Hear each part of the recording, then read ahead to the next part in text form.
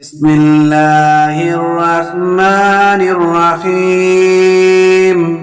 الرحمن علم القرآن خلق الإنسان علمه البيان. الشمس والقمر بحسبان والنجم والشجر يسجدان والسماء رفعها ووضع الميزان ألا تطغوا في الميزان وأقيموا الوزن بالقسط ولا تخسروا الميزان والأرض وضعها للأنام فيها فاكهة والنخل ذات الأكمام والحب ذو العصف والريحان. فبأي آلاء ربكما تكذبان؟ خلق الإنسان من صلصال كالفخار وخلق الجان من مارد من نار. فبأي آلاء ربكما تكذبان؟ رب المشرقين ورب المغربين. فبأي آلاء ربكما تكذبان؟ مرج البحرين يلتقيان بينهما برزخ لا يبغيان. فبأي آلاء ربكما تكذبان؟ يخرج منهما اللؤلؤ والمرجان. فبأي آلاء ربكما تكذبان؟ وله الجوار المنشآت في البحر كالأعلام. فبأي آلاء ربكما تكذبان؟ كل من عليها فان ويبقى وجه ربك ذو الجلال والإكرام. فبأي آلاء ربكما تكذبان؟ يسأله من في السماوات والأرض كل يوم هو في الشان. فبأي آلاء ربكما تكذبان؟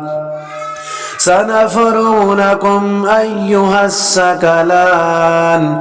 فبأي آلاء ربكما تكذبان؟ يا معشر الجن والإنس إن استطعتم أن تنفذوا من أقطار السماوات والأرض فانفذوا لا تنفذون إلا بسلطان.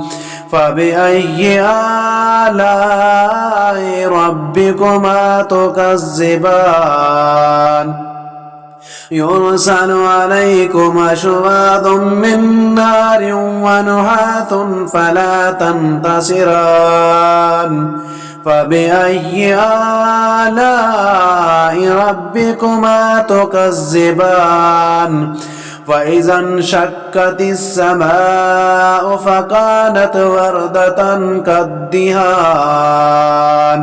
فبأي آلاء ربكما تكذبان؟ فيومئذ لا يسأل عن ذنبه إنس ولا جان. فبأي آلاء ربكما تكذبان؟ يعرف المجرمون بسيماهم فيؤخذ بالنواصي والأقدام. فبأي آلاء ربكما تكذبان؟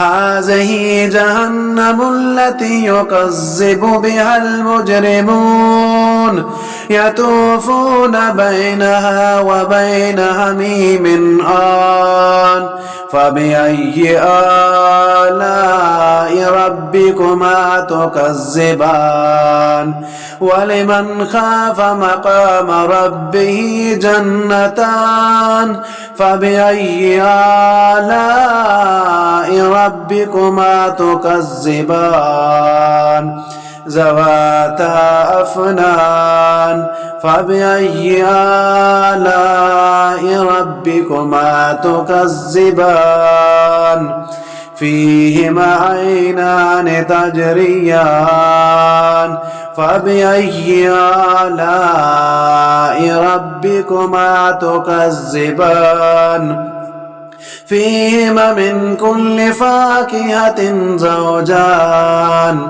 فبأي آلاء ربكما تكذبان متكئين على فرش بطائنها من استبرق وجنى الجنتان دان فبأي آلاء ربكما تكذبان فيهن قاصرات الطرف لم يطمسهن إنس قبلهم ولا جان فبأي آلاء ربكما تكذبان كأنهن الياقوت والمرجان فبأي آلاء ربكما تكذبان هل جزاء الإحسان إلا الإحسان